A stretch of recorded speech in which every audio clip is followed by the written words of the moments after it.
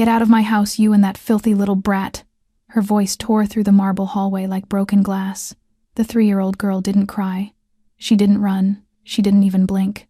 She just stood there in her tiny duck socks, one small hand still clutching a gold button she had found on the floor moments earlier, the other frozen mid-air, still reaching up as if offering it to the woman who had just screamed at her.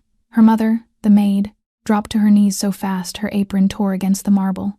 4 years of silence, 4 years of invisible mournings and swallowed pride, and now this her daughter standing perfectly still in front of a woman wearing a diamond ring worth more than everything Rosa had ever owned in her life. Nobody in that hallway moved. Not the butler holding a silver tray that had begun to tremble in his hands.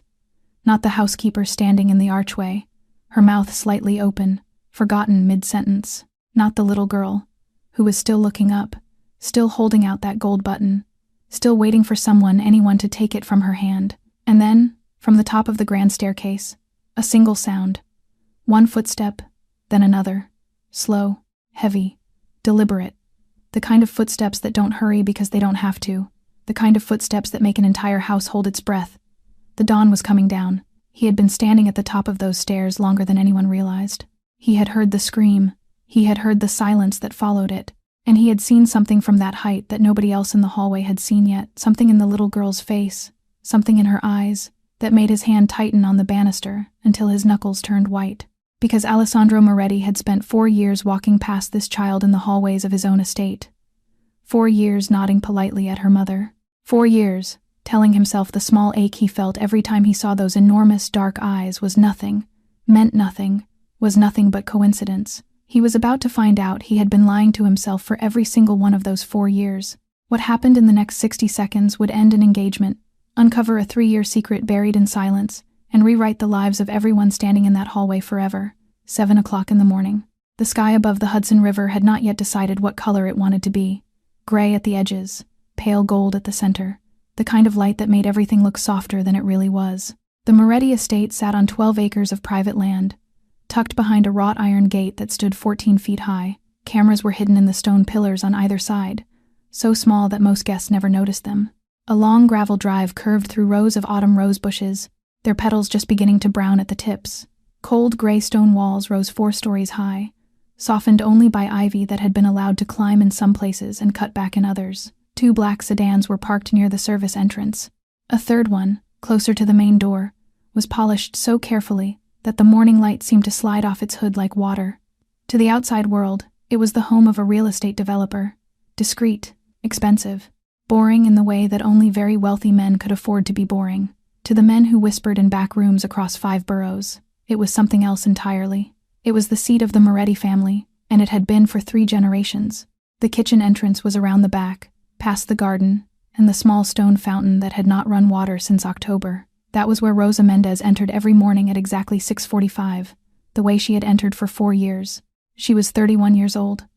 Dark hair pulled back so tightly that her forehead looked drawn thin. Her hands, folded now around the strap of her small canvas bag, were rough at the knuckles and calloused across the pads of her fingers. 4 years of polishing floors that other people walked across without looking down. 4 years of scrubbing marble that never really needed scrubbing. 4 years of being invisible in a house full of people who owned things she could not name. She stepped into the back kitchen and set her bag down on the small wooden chair by the pantry. This was her world. This tiny corner of the estate, with its stainless steel counters, and the smell of yesterday's bread, and the soft yellow light from the single window above the sink. In the corner, folded neatly on the floor, was a small quilted blanket. A stuffed rabbit lay on top of it. Bun. His ears were slightly bent from too many nights of being held tight. Rosa looked at the blanket. Lily would come down soon, still in her pajamas, still rubbing sleep from her eyes. She always did. Rosa turned to the coffee machine and began to measure the grounds. And as her hands moved, her mind drifted back, the way it always did in the quiet moments, to a morning 4 years ago, her first day on the job. She had walked into the front hallway carrying a mop bucket, and she had seen him crossing the marble floor toward the door. Just a glimpse, a profile she would have known anywhere. Her hands had shaken so badly that morning that she had spilled coffee across the counter. She had cleaned it up before anyone saw. She poured a cup now. Her hands were steady. 4 years of practice. But something in the estate this morning felt different. Wrong, somehow. She could not name it. She only felt it in her chest, in the tightness that had not been there yesterday. Isabella had woken up earlier than usual, 2 floors above the kitchen, in a study that faced east toward the river. Alessandro Moretti was already awake. He had been awake since 5. Sleep had become a distant relative over the years, the kind that visited only when it felt like it and left without saying goodbye. He sat now at a heavy walnut desk that had belonged to his father, and to his father's father before that. A small brass lamp cast a warm circle of light across the leather blotter, and beside it, a cup of espresso sat untouched, steam rising in a thin ribbon toward the ceiling. He was 38 years old. His black hair had begun to silver at the temples in the past 2 years, and the lines at the corners of his eyes had deepened into something that could not be explained by age alone. His jaw was clean-shaven. His shoulders were broad beneath the crisp white shirt, and his hands, resting on the desk, were still, very still. The stillness of a man who had learned, decades ago, that movement drew attention. In the underworld that stretched from the harbors of Brooklyn to the loading docks of New Jersey, the name Don Moretti was spoken in whispers, never loudly, never carelessly. Men who had crossed him were remembered in the past tense. Men who had served him well were remembered by name, but he had a rule, a strange one, some said, a weakness, others said, though never in his hearing. He did not bring the dirty work home. The estate was a separate country. Inside these walls, the housekeepers were paid on time. The groundskeeper's son had his college tuition quietly covered. Mr. Bruno, who had served 3 generations of Morettis, was addressed by his surname, not his first name, out of respect. The men who kept his gates and his files were treated with fairness, and in return, they gave him something more valuable than loyalty. They gave him silence. He lifted the espresso cup, drank it slowly, set it down, opened the financial section of the paper that had been placed on his desk at 6. 15 minutes later, he stood. His morning walk was ritual, down the wide corridor of the 2nd floor, past the portraits of men who no longer breathed, down the grand staircase, one hand trailing lightly along the banister, through the front hallway, and then, always, a slight detour, a quiet turn to the left, into the narrow passage that led past the back kitchen. He never entered. He only slowed. For 4 years he had slowed at that same corner, and for 4 years he had told himself he did not know why. There was a child who sat there sometimes, a small girl with dark hair and enormous eyes. She would look up when he passed. Sometimes she smiled, sometimes she did not. He always found himself nodding at her, and then walking on. Those eyes. He had spent 4 years telling himself they meant nothing, that the ache he felt somewhere beneath his ribs when he saw them was a trick of memory. His mother had died when he was 12, in a car, on a road outside Naples, on a night his father had never fully explained. Her eyes had been dark like that, wide like that, kind like that. Coincidence, that was all. He turned the corner this morning, expecting the small blanket, the stuffed rabbit, the little girl bent over a book. The blanket was empty. The empty blanket was not the beginning of what had gone wrong in this house. To understand that, one had to go back 6 months, to the day the 2nd black car had rolled through the iron gate for the very first time. That morning had been warmer. The roses had still been red, and a convoy of 4 polished cars had pulled up the gravel drive, one after the other, carrying trunks and garment bags, and a woman who had never in her life carried her own suitcase. Her name was Isabella Romano. She was 28 years old, the only daughter of Vincent Romano, the Don of Chicago. Her hair was the color of pale wheat in late summer, cut sharp at the jaw. Her eyes were a green so cold and clear they looked like something pulled from the earth in a place where nothing grew, and her mouth, painted the shade of a dark red wine, was set in a small, permanent curve that could pass for a smile if one did not look too closely. She had not come to the Moretti estate for love. 10 years earlier, the Moretti and Romano families had begun a quiet war over the shipping routes that ran between New York and the Great Lakes. The war had never made the newspapers, but it had made widows, 12 of them, by some counts, 15, by others. Now the 2 families had reached a truce, and the truce required a ring. The engagement had been announced at a private dinner in a townhouse on the Upper East Side. 2 dons had shaken hands, 2 families had raised their glasses, and Isabella had been placed in the back of a car and sent east. She had stepped out of that car at the Moretti estate with a small, elegant frown already forming. Standing at the front door to receive her had been Mr. Bruno, 70 years old, straight-backed, his white hair combed as carefully as it had been the morning he first entered this house, 30 years ago, at the side of Alessandro's father. He had bowed his head slightly. He had said, "Welcome, Miss Romano." She had not answered. She had walked past him. 20 minutes later, moving through the west corridor toward the room that had been prepared for her, she had passed the back kitchen, and she had seen the small blanket in the corner, the stuffed rabbit, the child sitting cross-legged, her tiny mouth moving silently as she turned a page of a picture book. Isabella had stopped. Her green eyes had narrowed. "What?" she had said. "Is that?" Rosa had risen from where she was folding towels. Her voice had been low. "Careful. My daughter, Miss Romano. She stays with me during the day." Isabella had looked at Lily for one long moment, and then she had said the words that Mr. Bruno would remember for the next 6 months. A servant's child, living in the Moretti estate. How very quaint. Then she had walked on. That night, Mr. Bruno had knocked quietly on Alessandro's study door. He had spoken softly, respectfully, the way he had always spoken. He had said, "Boss, I do not like the coldness in her. I have seen women like her before. She is not kind to those who cannot fight back." Alessandro had thanked him, and then he had left for a meeting at the harbor that had run until 4 in the morning. By the second week, Isabella had begun to plan. 6 months of planning had led to that Tuesday morning in November. The sky above the Hudson was still the color of old iron when Lily opened her eyes. She was 3 years old. She did not know what time it was. She only knew that the sparrows outside the tall window were louder than usual, and that the light coming through the curtain was the pale, silver kind that meant the day was still a secret. Her mother was in the kitchen. Lily could hear the soft clink of a cup being set down. She could smell the coffee. She slid out from under the small quilted blanket that had been folded into a nest for her by the pantry. Her feet touched the cold tile, and she reached for her socks, the ones her mother had bought her at the corner store 2 months ago, yellow at the toes, with small white ducks stitched around the ankles. She pulled them on carefully, one and then the other, the way her mother had taught her. Bun was still asleep on the blanket. She patted his ear once and left him there. The corridor beyond the cabin was long and quiet. Lily walked into it in her duck socks, and the world felt like her own. This was the part of the morning that belonged to nobody yet. The floors were cold under her feet. The paintings on the walls were bigger than she was. She did not look at them. She was looking down, because down was where interesting things lived. She had almost reached the base of the grand staircase when she saw it. Something small, something bright. It was resting against the leg of a heavy hallway console, half hidden by the fringe of the runner.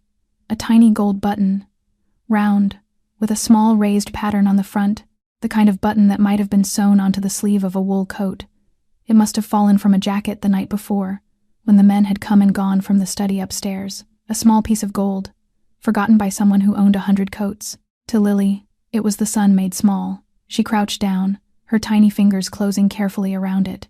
She stood back up, her face open with the pure joy that only very small children can feel. She turned toward the staircase, the button held tight in her fist, and she was thinking that she wanted to show her mother. She did not see the woman coming down the stairs until she was already in her path. Isabella was on the 4th step from the bottom. Her white silk robe caught the pale morning light. In one hand she held a delicate porcelain cup, the coffee inside it still steaming. Her pale hair was loose against her shoulders. She had woken earlier than usual for a reason of her own, and she was not in the mood to be delayed. She stopped. She looked down.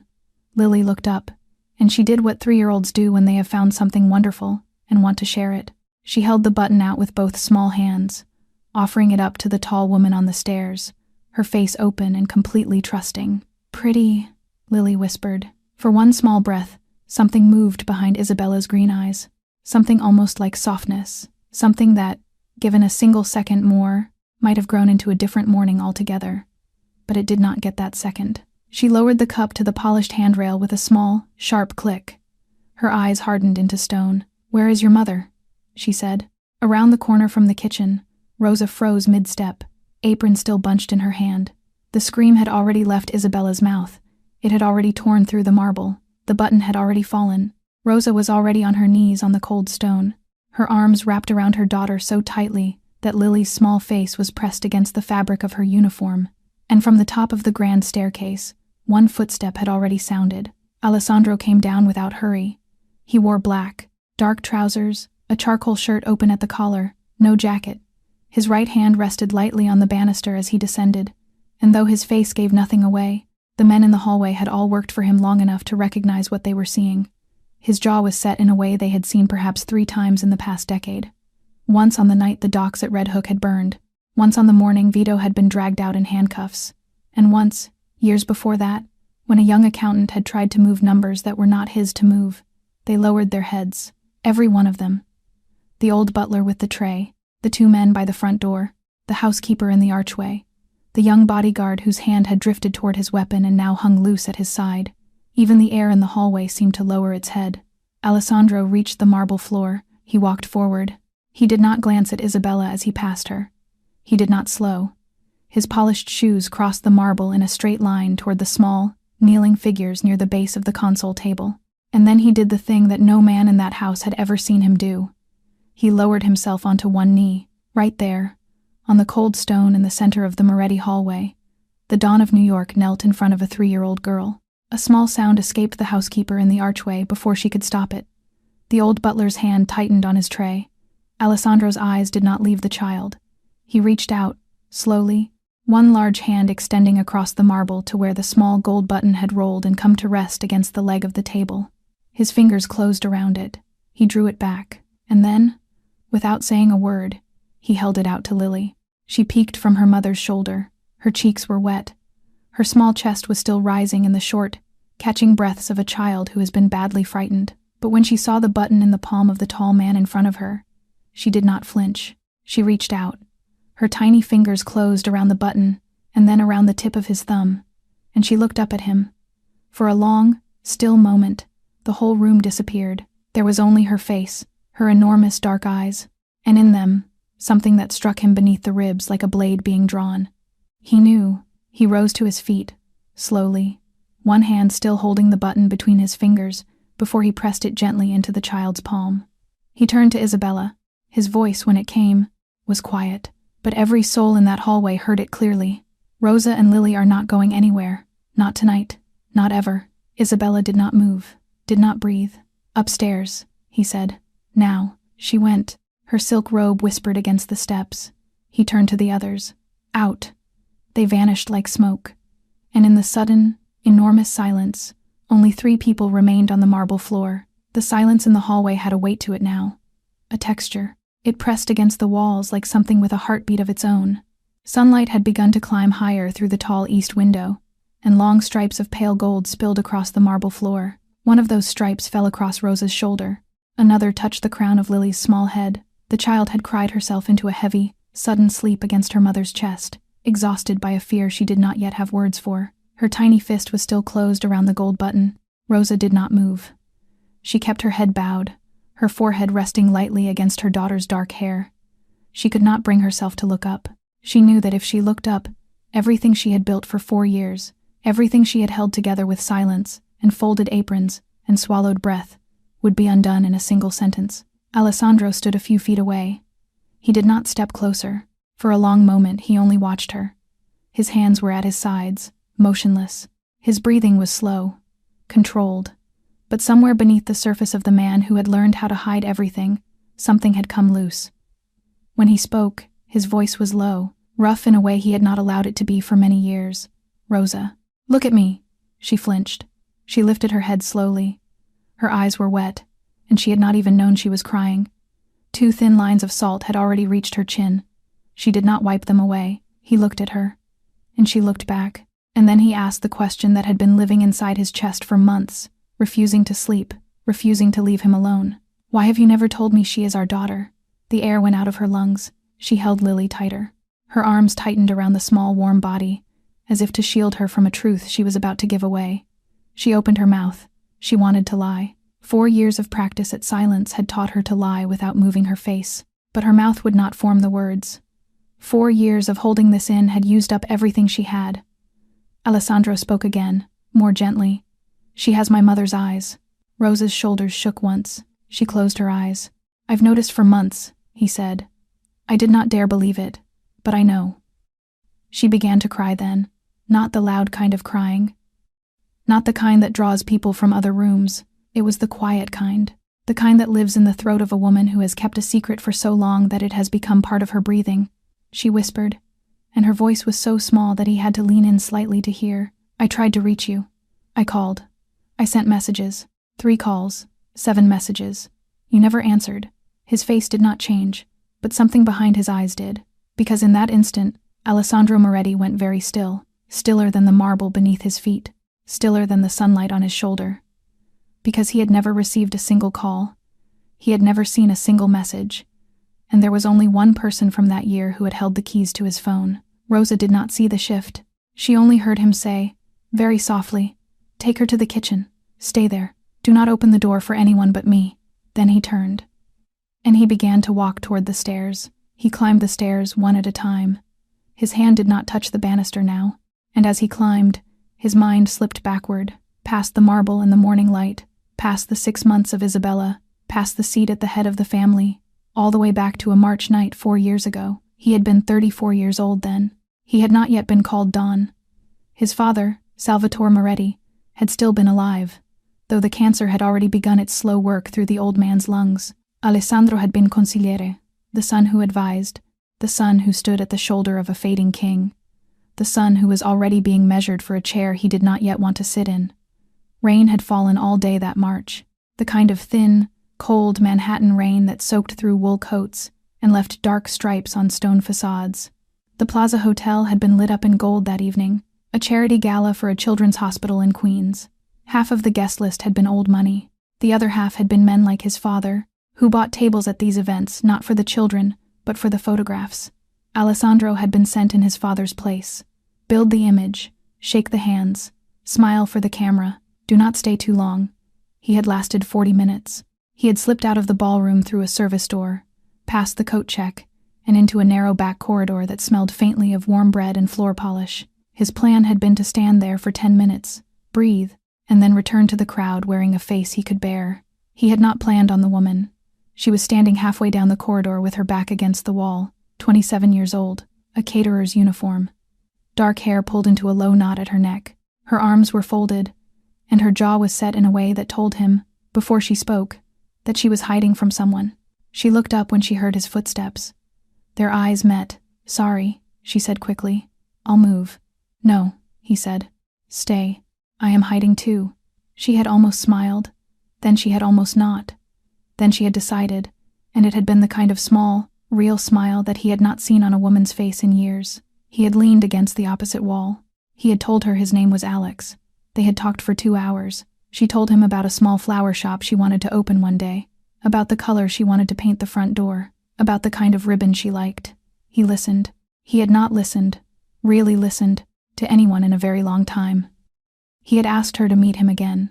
She had said yes. There had been 3 more nights after that, a small coffee shop in Brooklyn, where she had laughed at something he could no longer remember. An evening walk along the river, the lights of Manhattan bright across the water, a quiet night in her small apartment, where the radiator had knocked all evening, and she had made him tea in a chipped blue cup. Then, at 3 in the morning on a Tuesday, his phone had rung. His father was in the ambulance. He had left her apartment while she slept. He had not written a note. He had never gone back. The rain in that memory faded. The corridor of the plaza faded. The chipped blue cup faded. He was standing at the door of his study. His hand rested on the handle for a long moment before he turned it. The room inside was quiet, dim, exactly as he had left it 2 hours earlier. The espresso cup on the walnut desk was cold. The financial paper was still folded to the 3rd page. The morning had not changed the room. The morning had changed everything else. He crossed to the desk and sat down. He opened the laptop. He did not go to the drawer where the whiskey was. He did not want it near his hands right now. There was a private archive that only he could access. A record of every device that had been assigned to him going back 9 years. Every SIM card, every email account, every backup that his own security team had quietly kept in a server room 3 floors beneath a warehouse in Long Island City. He typed in the password. He entered the second one. The screen changed. He set the date range to the spring and summer 4 years ago. The numbers scrolled by. Calls placed. Calls received. Messages sent. Messages received. He filtered by unknown numbers. He filtered by area code. His fingers were steady, but his jaw had begun to ache from how tightly it was set. Nothing from her. Not one call. Not one message. Not one voicemail flagged for review. He knew what that meant, because in that particular spring and summer, there had been exactly one person besides himself who had held the keys to every device in his name. One person who had protected him during the 3 months when his father was dying, and during the 3 months after, when the family had teetered on the edge of a war of succession. One person who had stood at his elbow and read his messages before he did, screened his calls, sorted his life into piles of what mattered and what did not. Vito Colombo. His father's oldest man, his father's right hand for 22 years. The man Alessandro had trusted, in those first ragged months, because his father had trusted him first. Alessandro sat back in the chair. His mind was moving very fast now, and very cold. 6 months after that spring, Vito had been caught, selling names and shipping routes to the Bonanos in exchange for a payoff that would have set him up in Florida. Alessandro had handled it himself. Quietly, cleanly, without a body. He had walked into a federal office on a Sunday afternoon with a folder full of documents and had left Vito to the machinery of the state. Vito was serving 22 years in a facility upstate. Alessandro had never visited him, had never wanted to. He had thought that day was the whole of Vito's betrayal. He had been wrong. Vito had made a decision, in that spring 4 years ago, that a woman from outside the world would end Alessandro's career before it had properly begun. That a young caterer with a chipped blue cup could not be allowed near a boy who was about to become Don. 3 calls, 7 messages. None had ever reached him. Alessandro lowered his face into his hands. His shoulders did not shake. But he stayed there for a long time. 4 years. And no way in the world to give them back. Down in the kitchen, Rosa was folding the same dish towel for the 3rd time. Lily was asleep on the small blanket in the corner, curled around Bun, the gold button placed carefully beneath her tiny pillow. Rosa had checked on her twice already. She could not sit still. Her hands needed something to do while her mind moved through 4 years in reverse. She remembered the morning she had found out. A small pharmacy on Atlantic Avenue, a test she had almost not bought. The 2 lines that had appeared before she had even set the box down on the counter. She had walked home in a light rain, her hand pressed against her stomach as if to hold something in place. She had picked up her phone that afternoon. The first call had gone to voicemail. She had left a short message, careful, in case the wrong person heard it. She had said only, "Alex, it's me. Please call me back." The second call, 4 days later, had also gone to voicemail. The third, 2 weeks after that, had rung 5 times and then cut off. Between the calls, she had typed messages. 7 of them, spread over 3 months, some short, one long. She had watched each one deliver. She had watched each one sit unread for weeks and then, one by one, go quiet. By the 4th month, she had understood, or she had believed that she understood. A man like that had many women. A caterer with a small apartment and a chipped blue cup was easy to forget. She had cried once, standing over the kitchen sink. Then she had wiped her face and stopped crying, because she had a life to build now, and no time left to grieve a man who had not chosen her. She had given birth to a baby girl in a public hospital in Queens, at 3 in the morning, with no one holding her hand. She had named her Lily because it was the first flower she had ever wanted to sell in the shop she had described to a man named Alex in a corridor at the Plaza Hotel. 3 years later, tired of double shifts, tired of nurseries she could barely afford, she had walked into a housekeeping agency in Midtown.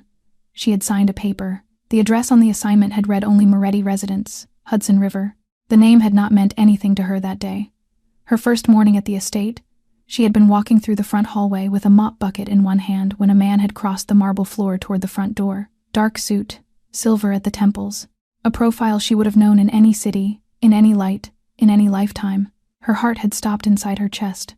He had glanced at her, the way a man in a hurry glances at a face he does not recognize. He had nodded once, politely, the way he nodded at every new hire, and he had gone out the door. That afternoon, in the back kitchen, she had heard the other housekeeper whisper the name Don Moretti with a small, careful drop in her voice, and Rosa had understood, standing there with her hand around a wet cloth, exactly what world she had walked into.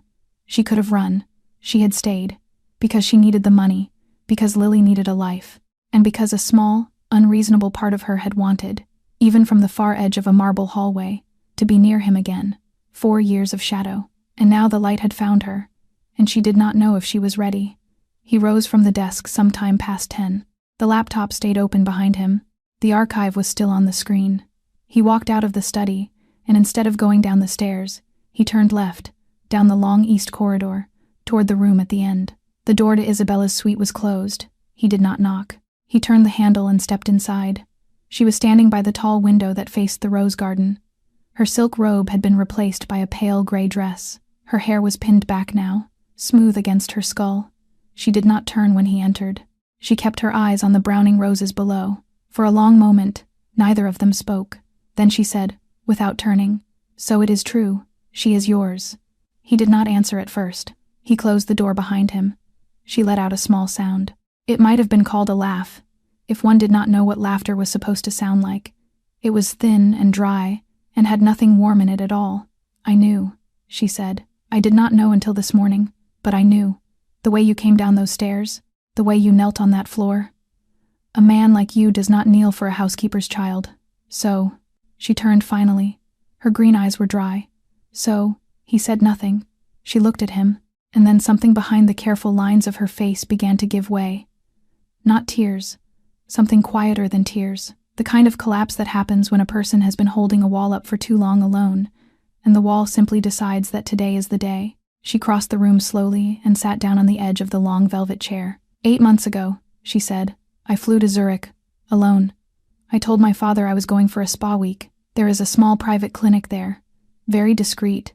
Very expensive. Her hands were folded in her lap. The doctor was Swiss. Very kind. Very careful with his words. He told me that I have advanced endometriosis, that the chance of my ever carrying a child to term is, in his words, functionally 0. Alessandro did not move. I did not tell my father. I did not tell my mother. I did not tell you. She looked up. In our world, Alessandro, a woman who cannot give a don an heir is a bad investment. My family had already signed the paperwork. The alliance was already worth more than I was. Her voice did not rise. I loved you, she said. In my way. Not you, exactly. I loved the seat. I loved the name. I loved the idea of being Donna Moretti. I know how that sounds. I am telling you because there is no reason not to tell you now. She looked toward the window again. Every time I saw that child in the hallway, I saw the one thing I would never have, and I hated her for it. I hated her mother for it. I would have hated any woman in this house who had a small girl to hold. Her jaw tightened. It was not her fault. I know that. I still could not stand to look at her. Alessandro stood very still by the door. He listened to every word, and she did not say the thing she had done last week. She did not say that she had already written to her father. He did not sleep that night. The room she had spoken in stayed with him long after he had walked out of it. The silence between her sentences had been louder than the sentences themselves, but there was a different kind of silence waiting for him in his own study, and it needed to be filled with something more solid than instinct. He needed to be certain. Not for himself. He had already known, from the second Lily's eyes had lifted to his in the hallway. He needed to be certain for her, because a child would grow up. A child would ask questions. A child would one day want to know why the name on the certificate matched the name on the door, and when that day came, he wanted the answer to be a piece of paper that no one in this world could argue with. At 2 a.m, he walked down to the back kitchen. Rosa was asleep in the small folding chair by the pantry, her head resting against the wall, Lily curled against her side beneath the quilted blanket. He did not wake them. On the counter beside the sink lay a small hairbrush he recognized from the shelf near her canvas bag.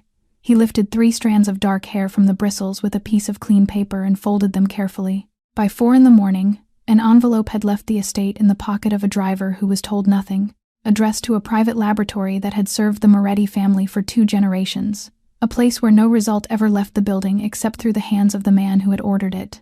3 days followed. 3 days that moved with the strange, thickened weight of days that a man does not so much live through as endure. He did not attend the meeting at Queen's. He did not take the call from the harbor. He sat at his desk with the door open, and from the window behind him he watched the garden. Lily played there each afternoon. Rosa had begun to let her out onto the paved path near the fountain, bundled in a small navy coat that was slightly too big at the shoulders. He watched her chase a fallen leaf across the stone. He watched her stop and look up, once, toward his window. She could not have seen him from that distance, but she smiled. His eyes had gone toward the portrait above the fireplace without his meaning to. Elena Moretti, 29 years old in the photograph, painted the year before she died.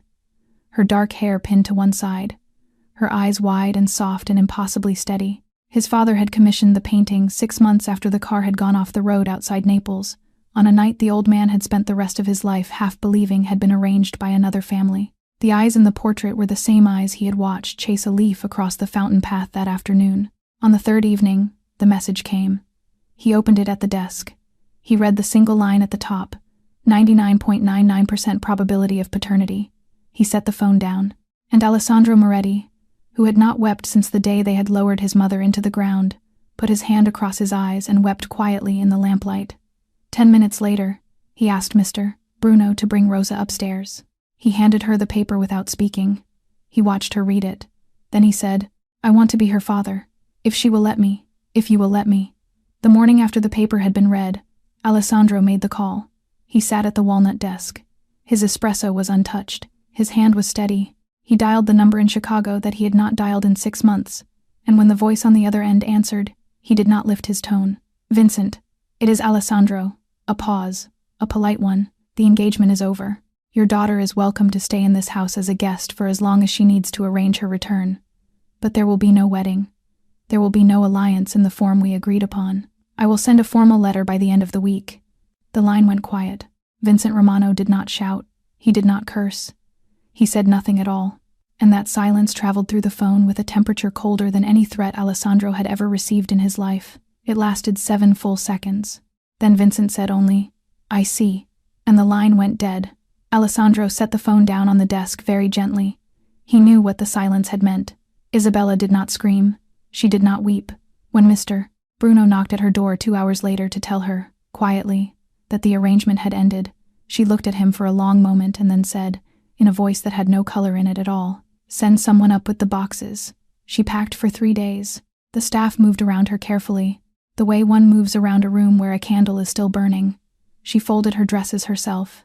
She wrapped her jewelry in tissue paper. She did not speak to Rosa, and she did not go near the kitchen. Once, in the late afternoon of the second day, she stood at her window and watched Lily crouch by the fountain to poke at a puddle with a stick, and she stayed at that window for nearly an hour without moving. On the morning of the 4th day, 3 black cars pulled up the gravel drive to take her home.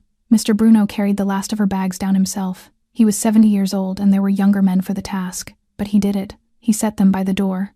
Then he stepped back, hands folded, and he waited. Isabella came down the grand staircase in a long camel coat. Her hair was pinned. Her eyes were dry. She reached the marble floor, and there, standing just to one side of the hallway with bun tucked under her small arm, was Lily. Isabella stopped. She looked at the child for a long moment. Lily did not move. She was not afraid. She simply watched, and then Isabella did something that no one who had ever known her had seen her do. She lowered herself, slowly, until she was kneeling on the marble floor. She reached into the pocket of her coat and drew out something small. A gold button. She had found it on the sofa the week before and had kept it, without ever asking herself why. She held it out. Lily reached up with 2 careful fingers and took it. She turned it in her palm. "Pretty," she whispered. "Yes," Isabella said. "It is." She stood. She walked to the door without looking back. From the kitchen doorway, Rosa watched her go, and what rose in her chest was not satisfaction. It was something quieter, and deeper, and closer to sorrow.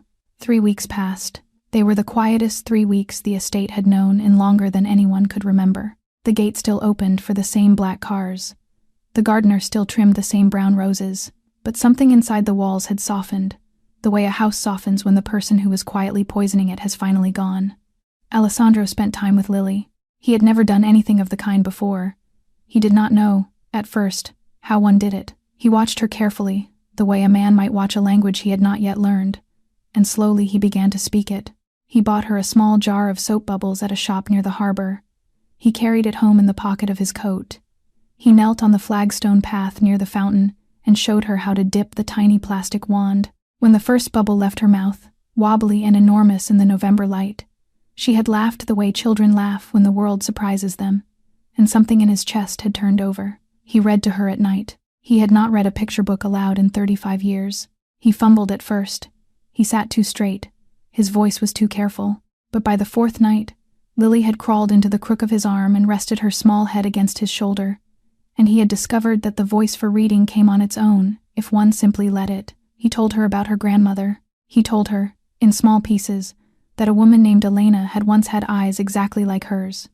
He told her that Elena had loved yellow roses and had hated cold coffee. He told her that Elena would have loved a granddaughter with duck socks. Lily listened with her chin resting on Bun's ear, and she did not understand most of the words, but she understood the way his voice went softer when he said the name. He spoke with Rosa slowly and carefully.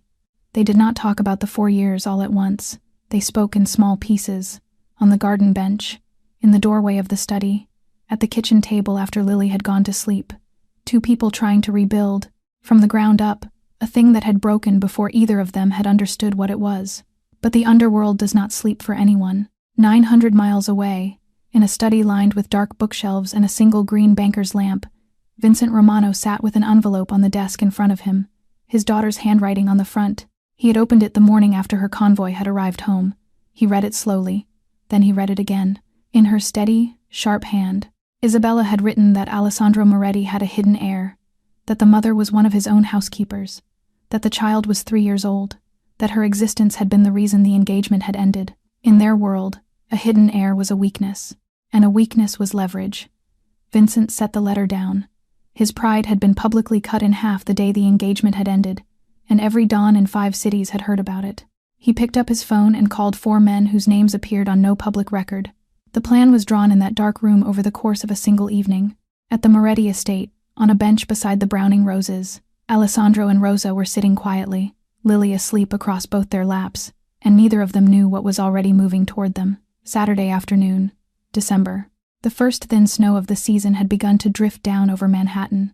Alessandro had said, more than once in those 3 weeks, that he did not want them to live inside walls. A gate is a comfort and a cage at the same time, and he had grown up inside both. So Rosa had put Lily in her small navy coat and her red mittens, and 2 men in dark overcoats had walked with them to the black sedan waiting on the drive. The park was Rosa's choice. She had wanted to see the pond. She had wanted Lily to see snow on grass. They walked along a quiet path near the eastern edge, well away from the busier crowds. The 2 bodyguards, Danny and Raphael, moved a few paces behind, watchful, professional, their coats open at the collar so their hands could move freely. It was the kind of afternoon that made a person forget the world was ever anything but soft. Lily broke away from Rosa's hand and ran a few yards ahead onto a patch of grass where a small gray squirrel was picking at a fallen acorn. Her mittens flapped. Bun was clamped under one arm. She laughed. And Rosa, standing there in her thin coat with her breath making a small cloud in the cold air, smiled. It was the first real smile that had been on her face in weeks. She did not hear the engine at first. Only Danny did. His head turned sharply toward the curved service road that skirted the meadow. A black van, moving too fast for the lane. He was already reaching under his coat. The van stopped. The side door slid open. 4 men in dark ski masks came out at a run. The next seconds were fast and terrible. Danny fired first. Raphael fired second. 2 shots came back. Danny went down at the edge of the path. Raphael took a hit to the thigh and one to the shoulder, and he fell hard onto one knee, then onto his side. Rosa did not think. She ran forward across the frozen grass and threw herself over Lily. "Mama!" Lily was screaming. "Mama!" The men were on them in 3 strides. A gloved hand closed around Rosa's collar, another around Lily's coat. Rosa twisted, kicked, kept her arms clamped around her daughter as tightly as she could. Something hard, the butt of a pistol, struck her at the temple, a hot line of pain, then blood, warm, running down into her eye. She did not let go. They pried her fingers away and lifted Lily first, then dragged Rosa by the arms. Both were thrown into the back of the van. The door slammed. The tires spun once on the wet asphalt and then caught, somewhere on the grass, in the churned patch of snow where the struggle had ended.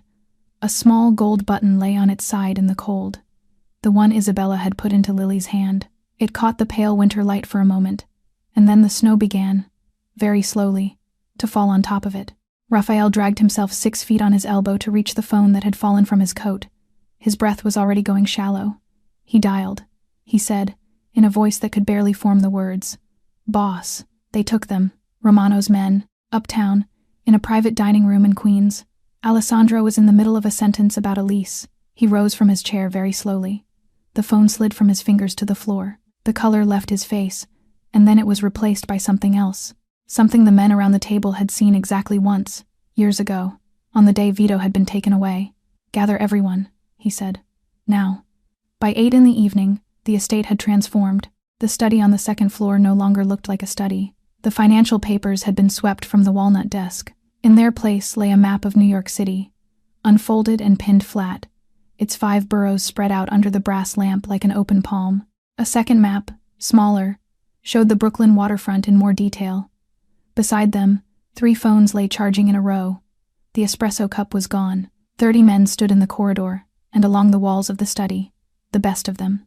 the ones who did not ask questions when a call came at an unusual hour. They were dressed in dark coats and heavy boots, and beneath the coats they carried what they always carried when Alessandro told them to gather. Marco stood at his shoulder, 31 years old, broad-shouldered, the one Alessandro had begun quietly grooming to inherit the rougher work of the family 6 months ago. His jaw was set. He had already made calls to 3 garages in Queens, and cars were being prepared. Mr. Bruno stepped into the room. The old butler's face was the color of paper. He crossed the room slowly, hands folded in front of him, and stopped at the corner of the desk. His voice was low and very careful. "Boss," he said, "let us go. You do not need to be the one who." Alessandro did not look up from the map. "That is my daughter, Bruno." The old man's mouth closed. "That is the mother of my daughter. I will not sit here." Mr. Bruno bowed his head once. He stepped back against the wall. A phone rang. Not the phone on the desk, the private one, the number that only 12 men in the country knew. Alessandro picked it up on the second ring. He did not speak. He listened. The voice on the other end was calm, older, cold in the particular way that old money and old blood together tend to be. Vincent Romano did not shout. He did not gloat. He stated his terms with the flatness of a man reading a contract. Every dock, every warehouse, every restaurant, and every quiet piece of paper that gave the Morettis control of the Manhattan waterfront, signed over by 6 in the morning. In exchange, the woman and the child would be returned to the front gate alive. Alessandro let a small silence fall. Then he said, "Agreed. Send the paperwork." Vincent hung up. Alessandro set the phone down. He turned to Marco. "The shoe," he said. "Check it now." Marco was already at the laptop. His fingers were fast. 6 months ago, on the same night Alessandro had received the paternity result, he had asked his security team to place a device the size of a grain of rice inside the sole of a small pair of white sneakers that had been left at the child's door as a gift. A precaution. The kind of precaution a Don takes and hopes to never use. The screen lit up. A single blue dot pulsed slowly on the map of Brooklyn. Red Hook, an abandoned warehouse on a dead street beside the water. Alessandro looked at the dot for a long moment. Then he crossed the room to a locked drawer in the cabinet behind the desk. He opened it. He drew out a pistol. His father's pistol, the one Salvatore had carried for 30 years. He loaded it slowly. 6 rounds. He slid it into the holster beneath his coat. Then he picked up a phone he had never dialed in his life. He dialed the field office of the FBI. midnight. Red Hook. Fog lay thick over the East River, curling up over the rusted piers, and drifting in low gray ribbons across the empty street. The warehouse sat at the end of the block. 3 stories of soot-stained brick. The windows on the upper floors boarded shut. A single dim bulb burning above a side door that had not been used for legitimate business in 20 years. Alessandro crossed the last 100 yards on foot. He wore a heavy black coat with a Kevlar vest beneath it. His father's pistol rested in his right hand, the safety already off. Marco moved at his left shoulder. 6 of their best moved in a loose crescent behind them. The rest had circled the building from the far side, closing off the loading bay and the back alley in a slow, silent net. There was no speech before they went in. Alessandro only lifted his chin once. It was enough. The side door opened under a shoulder. The night broke open. The first gunshots cracked like breaking glass and echoed off the iron walls in strange, hollow rings, like church bells struck by mistake at the wrong hour. Muzzle flashes lit the corridor in white bursts. The air filled with the sharp bite of gunpowder. Boots slid on wet concrete. Men shouted from behind pallets and machinery. Alessandro moved through it not the way a Don moves, but the way a father moves. Head low, feet fast, his pistol steady in front of him. Marco cleared the left. Alessandro cleared the right. They took the main hall room by room.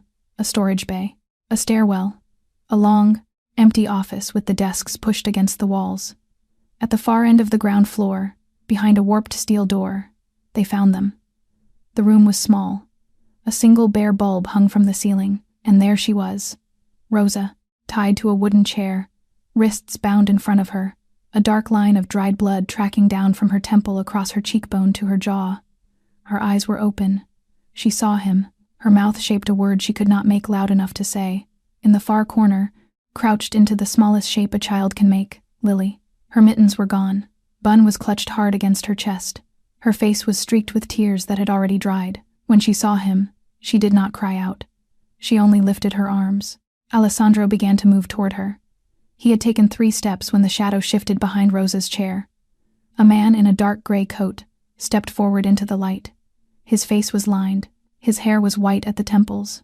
The pistol in his hand was already raised, and the barrel was pointed at Lily. Vincent Romano. "One more step, Moretti," he said. His voice was very calm. "And this ends now." Alessandro stopped. His own pistol did not lower. Everything in the room seemed to hold its breath at once. The bulb hummed. Rosa's ragged breathing was the only other sound. For one long second, time seemed to freeze. Then Alessandro moved, not toward Vincent, toward the corner. He crossed the space in 2 strides and dropped to his knees over Lily, wrapping his body around her small shape, tucking her head against his chest. The gunshot came. The bullet took him in the shoulder. Fire tore through the muscle. He did not go down. He held. Rosa screamed. Behind Vincent, the far door burst open. Marco. 4 men. They came in fast and hard. Vincent turned. He was too late. Alessandro did not kill Vincent Romano. He could have. In the seconds after the shot, in the sudden ringing silence with fire still burning through his shoulder, every instinct that had been trained into him since he was 14 years old told him to raise the pistol and finish it. Every rule of the world he had lived inside for his entire adult life said the same thing. A man draws on your child. You do not leave that room without ending him. He did not raise the pistol. He rose from his crouch over Lily, one arm still tucked around her small body, and he crossed the room in 3 long strides. Vincent had already begun to turn. Alessandro struck him once across the jaw with the flat side of the pistol. The old man buckled. Alessandro drove him down to the concrete, twisted the weapon from his hand, and pinned him there with one knee planted hard against his chest. Blood from his own shoulder dripped onto Vincent's cheek. He leaned close. "You wanted a war, Romano?" His voice was low, steady, not the voice of a man in pain. "You will get one, but not the kind you expected." And at that exact moment, from the far end of the warehouse, a siren cut through the fog, then another, then a third. Blue and red light began to strobe against the boarded windows. Boots pounded against the loading bay ramp. Voices shouted commands in a rhythm the men in this room had heard many times, though never in a room where they themselves were the ones being addressed. Federal agents came through the main doors in body armor, weapons drawn, orders sharp and clear.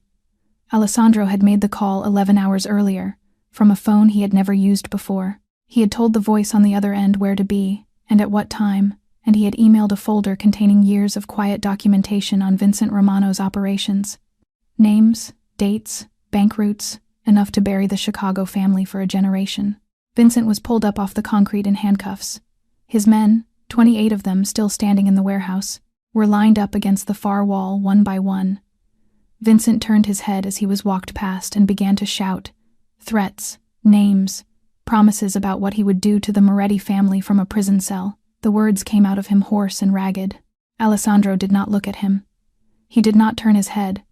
He was already on his knees again, in the corner of the room, gathering Lily into his arms. She was shaking. She was not crying. She only pressed her small face into his chest and would not let go. His good arm closed around her. His bad shoulder was warm and wet, and the dark stain was spreading across the front of his shirt, but he did not seem to notice. Someone had cut Rosa's wrists free.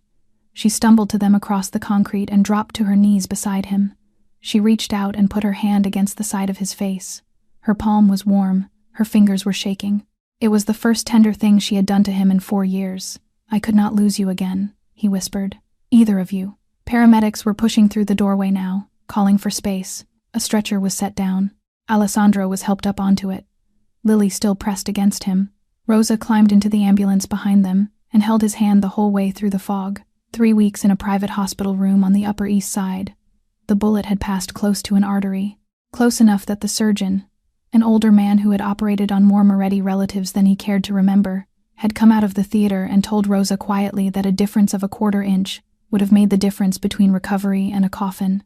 Rosa had sat down in the corridor and put her hands over her face and had not spoken for nearly an hour. Alessandro healed slowly. He was not a good patient. The nurses learned to knock twice before entering. Marco visited daily, standing at the foot of the bed with quiet updates from the outside world. Mr. Bruno came each evening at 7 and stayed until Alessandro fell asleep. But it was the afternoons that changed him. Every day at 3, Rosa came in through the door with Lily on her hip. Every day Lily wriggled down, ran the last few feet to the hospital bed, and climbed up onto the white blanket without asking anyone's permission. On the 4th afternoon, she brought Bun. She settled the small stuffed rabbit against the pillow beside Alessandro's head, adjusting his ears with 2 careful fingers until they lay just so. Then she looked up at Alessandro, her enormous dark eyes serious, and she said, "Bun will help Papa get better." The word landed in the room like a soft weight. It was the first time she had called him that. Alessandro did not answer. His throat had gone tight and would not open. He only reached his good arm around her small shoulders and drew her gently against his chest, and he held her there for a long time while she chattered quietly to Bun and told the rabbit which parts of the hospital had the best cookies. Rosa stood in the doorway with tears in her eyes and did not interrupt. On the day he was discharged, Alessandro called for a meeting at the estate. The long dining room was set with only 5 chairs. Mr. Bruno at the far end, Marco on his left, 3 of the family's regional captains, older men, veterans of the docks and the freight yards. Alessandro stood at the head of the table with his right arm still bound in a black sling. He did not sit. "For 30 years, he said, "this family has done what it needed to do to survive. I do not apologize for what my father built. I do not apologize for what I built after him, but I am not the man who came down those stairs a month ago." He looked at Marco. "From today, Marco carries the seat, the docks, the freight, the routes, the rooms where the difficult decisions are made, all of it. I keep only what is legal, the restaurants, the hotels, the buildings on 5th Avenue that pay their taxes." Marco rose slowly to his feet. He bowed his head. "Boss," he said, "you will always be Don to us." Alessandro shook his head once. "No, Marco, from today you are Don. I am only a father." There was a silence around the table that was not sorrow and was not triumph. It was the silence of men who had heard something rare and understood that they had been present for the closing of a door. That week, Vincent Romano was sentenced in a federal courtroom to 40 years. The Romano family fractured within a month. That night, Alessandro slept through the night for the first time in longer than he could remember. A quiet evening in December. The first real snow of the season was falling outside the tall front windows of the estate, drifting past the glass in slow, patient spirals. The rose garden below had gone white at the edges. The gate at the end of the drive was closed, and there were no black cars on the gravel.